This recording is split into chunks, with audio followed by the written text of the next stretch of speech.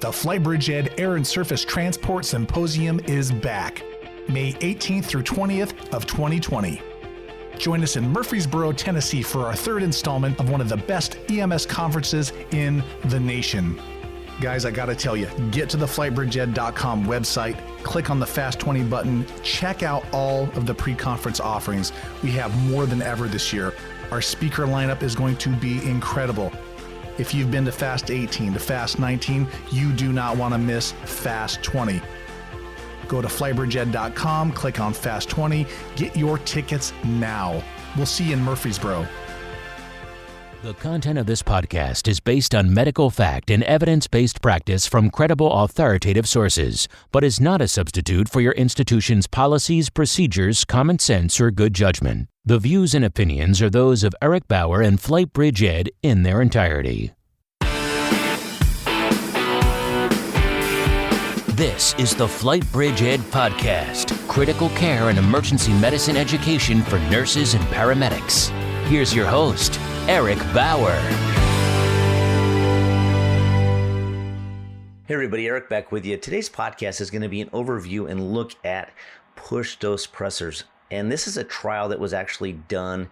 It was a prospective observational trial in the air medical environment, and it was called the VIPER study. And the VIPER study stands for Vasopressor Intravenous Push to Enhance Resuscitation. This was conducted by Air Methods and our own Dan Davis and Dave Olvera.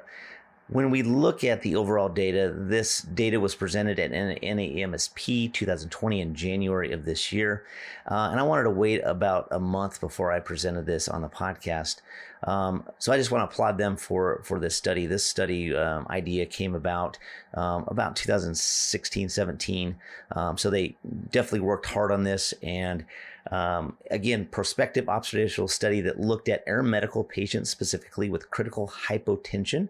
That hypotension was going to be anything less than 90. And what they did is they looked at a linear pattern. Their hypothesis was there a pattern in patients with a systolic blood pressure that they could target. And that pattern was identified as anything less than 90. Their hypothesis was that push dose pressors obviously would benefit these patients with critical hypotension and hopefully prevent cardiac arrest. When you look at the overall push dose pressors, what they did is they classified these as specific types of patients. So they obviously did a prospective look, but they had to change the guidelines within the company. And what they did is they said, all right, trauma patients are going to get vasopressin, phenylephrine will only be given for non-trauma patients. So phenylephrine, non-trauma patients, vasopressin for trauma patients. And that was how they then prospectively looked at this later on. The phenylephrine dose was 200 mics per dose, again, non-trauma patients. The vasopressin was 2 units per dose. Both of those were given Q approximately 2 minutes, so every 2 minutes if needed. Primary outcomes were going to be focused on number 1, safety, number 2, effectiveness. So safety was number 1, was there any cardiac related problems, any dysrhythmias? Was there any overshoot hypertension noted? And that hypertension was classified as anything greater than 160 systolic within the first 20 minutes of administration. And then the effectiveness side was looking at, obviously, back at the hypothesis. Was there a reversal of hypotension? And was there a duration of effect that was beneficial? Or was there a relapse in a very short amount of time? Now, when we look at the overall paradigm of airway management, we have really come a long way in the last few years. And a lot of that has to do with, I believe, the data that Dan and Dave have been able to extrapolate from their airway catalog. I believe it's up to 12,000 intubations. And I think the numbers don't lie, even though that is observational in looking at that. And those numbers based on the huge sample size can definitely lead us in the right direction.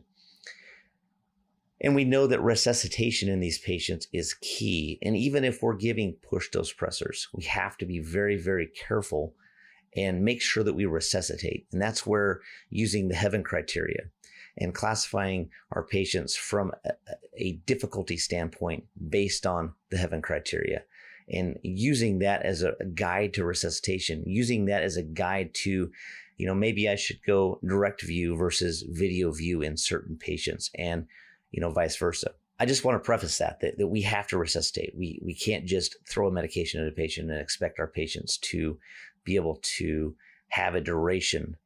And so there's a lot that goes into that. But I do think that there's different medications that we can use that may be more beneficial. And that is obviously why this study was done. We also know that when you look at push dose pressors and you look at data related to the air medical or pre-hospital environment, there isn't any at all. Everything that we know about these medications in that type of setting, in that type of patient, is all based on anesthesia, right? And when you look at randomized controlled trials specifically, randomized controlled trials, that's the highest level of evidence.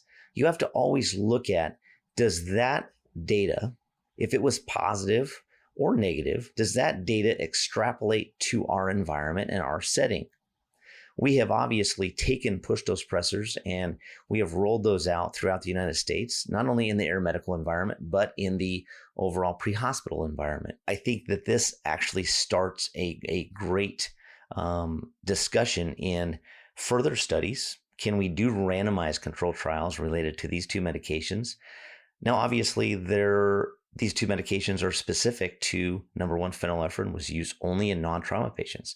So you can't say, when we look at this data, well, phenylephrine applies to trauma patients or vice versa. Vasopressin may not apply to the non-trauma patients. So phenylephrine was specifically used for vasopressin for trauma patients. The overall sample size was 110 total patients. They looked at 1 year.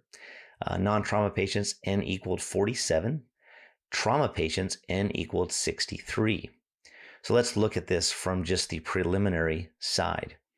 When you look at the overall application of phenylephrine, 40 patients, or 85% of the total, remember N equaled 47, had reversal of hypotension, and that was in the first 15 minutes. When you look at the overall amount of patients that had to be redosed, 84% of patients had to be redosed in the phenylephrine group within the first 15 minutes. And 2 of those, or 4%, had overshoot hypertension. So remember, that is anything greater than 160 systolic. There were no reported dysrhythmias. 10 total patients, 21%, had cardiac arrest after phenylephrine administration. Now, we could extrapolate a lot from that. We could really think about that from a lot of angles, but we really don't know what caused these patients to go into cardiac arrest. Their injury severity could be super high.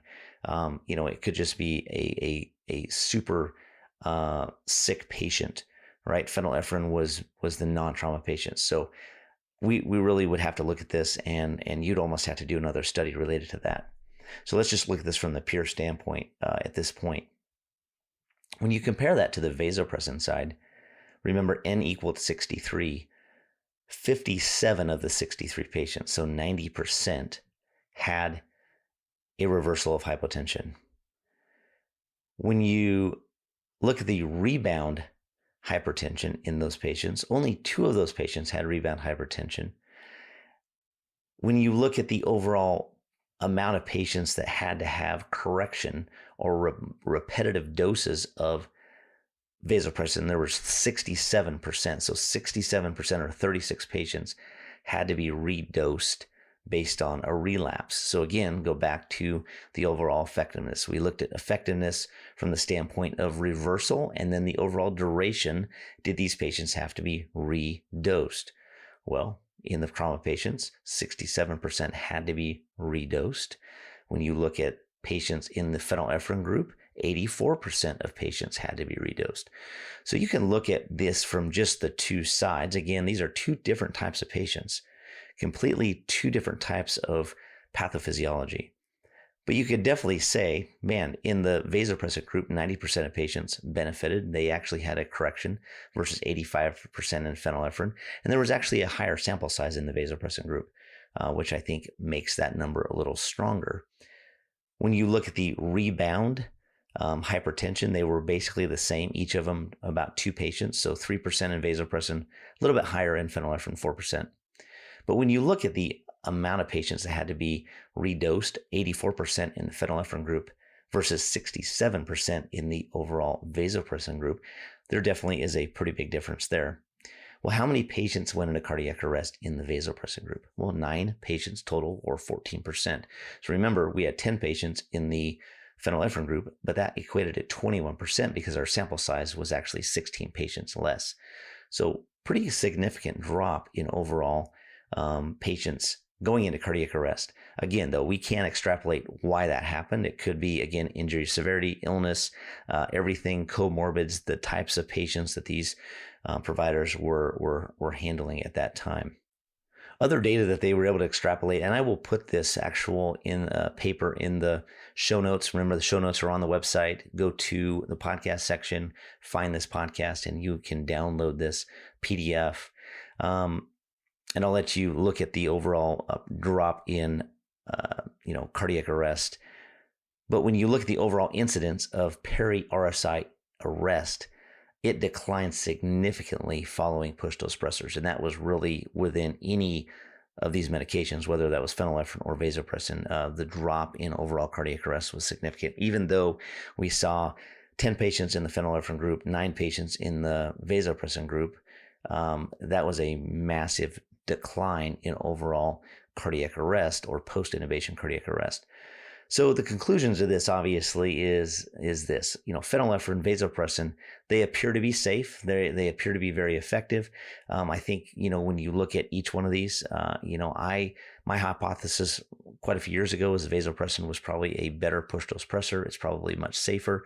I think these numbers highlight some of my thoughts. And again, I got these thoughts from anesthesia and discussing this with, guys like Jim DeCanto and anesthesiologists that are using this every day. Obviously, they use multitude of push-dose suppressors and not just vasopressin. They use epi, they use phenylephrine, they'll use caffeine, they'll use ephedra, right? There's a lot of different ways they can bump up somebody's pressure. But I think it comes back to this data is very strong. I think that we have done multiple podcasts on vasopressin specifically, and I think this is just another example that vasopressin is underutilized. It definitely should be a thought process in your push-dose suppressor algorithm. And we know that phenylephrine, we know that EPRI is used throughout the country as well. But there's another medication now to consider, and I think that there's definitely data there that supports taking this to your medical director and discussing this. He or she may not want to go that route until it's looked at more extensively, but I would come back and say there's no data in the pre-hospital environment for epi or phenylephrine. And I think when you look at epiphenylephrine, we know that there's secondary problems, right? Phenylephrine can lead to rebound or reflex bradycardia, where you'll have that big drop in that heart rate. We know that epinephrine, it's been shown over and over, it's shown in cardiac arrest, even though it does improve survival, we know that it reduces cerebral flow. And so you have that cerebral vasoconstriction that happens, and that obviously is counterproductive. So you may have ROSC, you may have a patient that you get ROSC on, but are they neurologically intact? I'm not saying that is what's happening in the phenylephrine group or the epi group, if we did an epi group, but there's epinephrine used all over the United States as well. So that is a side effect of epinephrine that we may not see. I definitely have heard of problems with phenylephrine with that reflex bradycardia with multiple doses. So that's something you have to consider. And when you look at vasopressin from the standpoint of having patients have that rebound hypertension, there was only 2 patients out of 63 that had that, and there was no dysrhythmias. So I think that is very, very positive. I look forward to hopefully seeing more studies come out. Maybe this group is going to do another look. Maybe they can do some type of randomized controlled trial, or somebody can do a randomized controlled trial that really, really focuses in on which one is better. It would probably be more beneficial to do a double-blinded study, a double-blinded randomized control trial where you have 2 basically same looking vials, medications look the same. The provider has no idea what they're giving, but I think that easily could be done in the air medical environment, and I think we definitely need to go that route to see if this data is supported by follow-up data, and maybe this isn't the most beneficial thing. Maybe it is. I definitely think that we need to find out. So if you have any questions, please email me, eric.bauer@flightbridgeed.com. You can also email Dave Olvera. It's David, D-A-V-I-D, Olvera @flightbridgeed.com. And we will definitely answer any questions you have. Again, I will put this in the show notes. And if you have any questions, again, have any cool cases, anything you want to see on the podcast, please email me and we will get that going. Until next time, I will talk to you soon. This has been a production of the FlightBridgeED Podcast, leading the way in pre-hospital critical care and emergency medicine education.